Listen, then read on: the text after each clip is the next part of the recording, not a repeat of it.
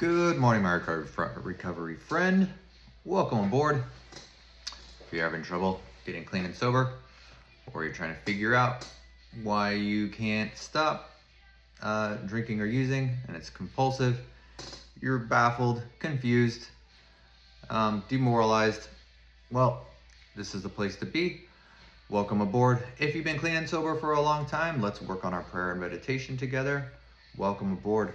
So we are doing a new section today. This one is called Change, and let's see how long it is this goes, and then we'll see if we could get into one of the proper devotional parts. I'm going to go ahead and start. The hardest part of recovery is that it requires us to change. We might be intrigued by the idea of recovery. We might be inspired by stories about recovery. We might be convinced of our need for recovery. These and many other cognitive processes are relatively easy for us, but the doing of recovery will be hard because we must change. And change is difficult. We understandably resist change. We are angry that we have to change. We feel shame that we need to change, and we are afraid that we will not be able to change. We know that there will be moments when we find ourselves saying, I can't do it, it's too difficult. But change is also the most exhilarating part of recovery. We don't have to live in bondage to our addictions. We don't have to run in fear from relationships. We don't have to live as if we are responsible for the world. We can learn serenity. We can find freedom. We can experience love. Change is the most difficult and most wonderful part of the recovery process. It engages us in a major internal battle. It is not comfortable. It is not a comfortable battle, but our capacity to change is our key to hope. God has given us the ability to change and grow. God calls us to change. God gives us the perspective and disciplines and encouragements we need. And as we open ourselves to God's work within us to strengthen us, heal us, and make us new, may God surprise you with your capacity for change. So, this is a very, very important part of recovery, that there's one thing that needs to change about us, and that is everything. And if my way of living worked so well, if all my ideas and all my ways all the ideas, all my opinions, everything that I came up with on my own worked out so well, I wouldn't be in the position where I was back 20 years ago, when I was still out there running amok and still caught in the traps of alcoholism and addiction. So if it works so well, then why would I be looking for change? So when we start to maybe think something's going on, maybe think that we have a problem, maybe think that there needs to be something's gotta give. Oftentimes we go back and forth, and resist the change, even though we know it's good for us and it's necessary and we need it. It's a weird thing. It's a weird thing because we doubt our. I remember doubting my ability and capability of change, and knowing that things in my life that I tried to hold on to just always got taken away, or plans and ways of doing things always just evaporated. But this change into a recovery, into a new way of living for God, seems to be in alignment with the way life really is, and we learn those things in recovery, which seems to be the way that life really is.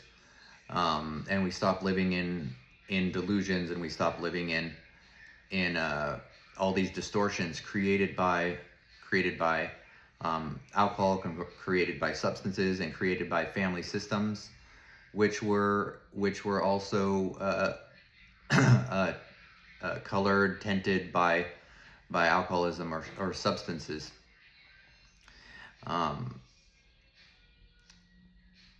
And the thing is, it is too difficult. That's why the first step is that we came to believe that this is too much for us, and that we need to get out of denial, and that I can't do it on my own, and that I need help and support. I need God. I need other people that have gone before me and gotten clean and sober. It is too much for us, and that's the reality of it.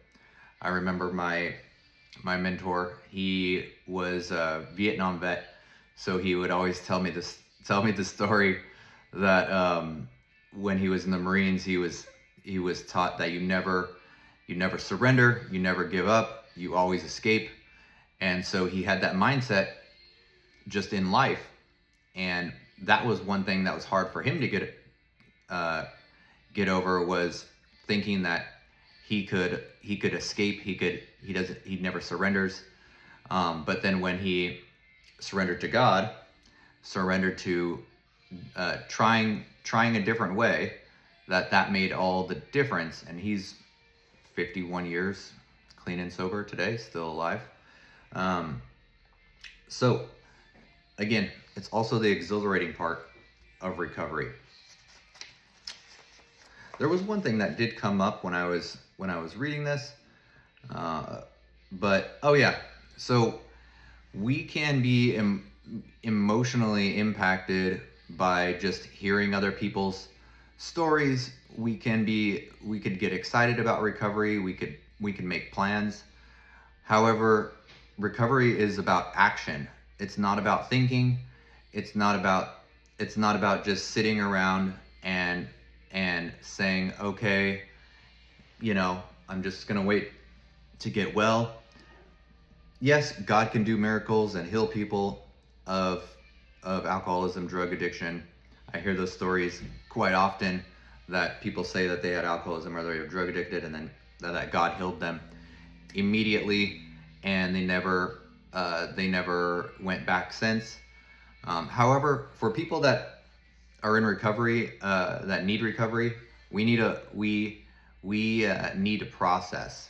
Yes, is God doing the healing? Absolutely, God does the healing. However, we need a process. We're learning, and it's important for us to learn about ourselves, about God, about our fellow human beings, how we got in this situation, and how to not go there. And the next step is to help people out that are going through the same situation that we are. It makes all the difference in the world. It's great talking to people that are on day one and giving them great hope, and seeing their eyes light up, because we know what they're going through, what they're feeling, what they've experienced, and we can be helpful to people that have gone through the same situations. I'm not gonna read the other meditation part of it because it's going a little bit long already, but we'll call it a day. I'm gonna say a prayer for us, and then we will call it a day. All right. God, grant me the serenity to accept the things that I cannot change, the courage to change the things that I can, and the wisdom to know the difference, living one day at a time, enjoying one moment at a time, accepting hardship as a pathway to peace, taking, as Jesus did, this sinful world as it is, not as I would have it, trusting that he will make all things right.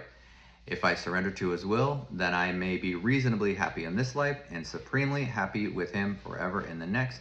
In Jesus' holy name, amen. All right, y'all. See you soon. Bye.